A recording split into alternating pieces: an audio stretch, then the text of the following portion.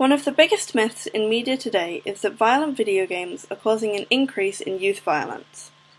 While there is nothing wrong with looking into the effects of violent video games on teenagers, the research that has been done so far has some significant flaws, and has led to the unfounded belief that an increase in youth violence is being caused by video games.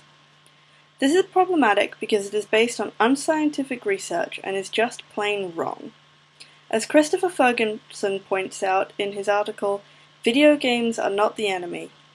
During the era in which video games soared in popularity and violent content, youth violence and violent crimes have plummeted in most industrialized countries to 40-year lows. So the myth that more violent video games are causing more youth violence is being disproved. But what about the possibility that existing youth violence is being caused by video games? Well, it is still plausible, but it seems unlikely based on information taken mostly from Ferguson's article, Video Game Violence and Pseudoscience, Bad Science, Fear and Politics, that discusses a lot of the problems with existing research in this field. For one, a lot of the studies that have been done were by anti-media organizations, who commissioned anti-media researchers. They also commission reviews of existing research, but again, they build committees from anti-media researchers who then review their own work and declare it beyond reproach. Likelihood of confirmation bias aside, the research itself contains many flaws. There is a lack of consistency and focus across definitions of violence, and many studies measure irrelevant variables, such as one experiment discussed in the lecture where aggression was measured by the size of hot sauce portions participants gave each other. There is also a propensity among researchers of video game violence to not discuss pre-existing research and opposing views, and when they do, it too often is nothing more than ad hominem attacks and/or deliberately misconstructing other researchers' conclusions. When it comes to results, studies performed by anti-media groups generally make sweeping, generalized claims about the huge scope of the problem that their results are too narrow to back up. In contrast, studies by independent groups, such as the governments of Sweden and Australia, have found little or no connection between video games and youth violence. One possible explanation for the poor quality of research into video game-related violence is that it is based on the media effects model. The problems with this model are discussed in detail in David Gauntlet's article, 10 Things Wrong with the Media Effects Model, but two are particularly relevant. The first is that media effects research is often conducted backwards. Instead of looking for the cause of youth violence and examining a variety of possible factors, researchers set out to prove or disprove the involvement of violent video games in youth violence.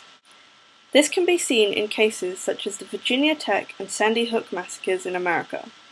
Both shooters were reported to be avid gamers and used to justify media effects research.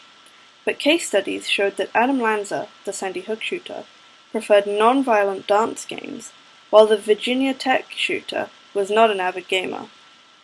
The other relevant flaw is the assumed superiority to the masses inherent in media effects research. Gauntlet describes this as researchers believing that the ill effects of media affect everyone but themselves. But in research into video game-related violence, it often manifests as the assumption that only teenage boys, the stereotypical gamers, are affected by violent video games. Instances of violence by women and older men are excluded from study, despite the average age of gamers being around 30 and the gaming community being 47% female. So the research is inconclusive on whether violent video games cause youth violence, though it leans towards there being no connection. But most people who make this claim are basing their opinion not on research, but on a moral panic with a host of its own logical flaws. The most prominent of these flaws is inadvertently pointed out by an article in The Australian on youth violence.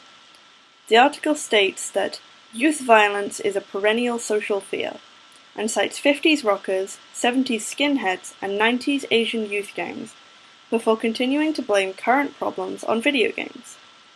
The obvious flaw here is that teenagers still listen to rock music like the rockers.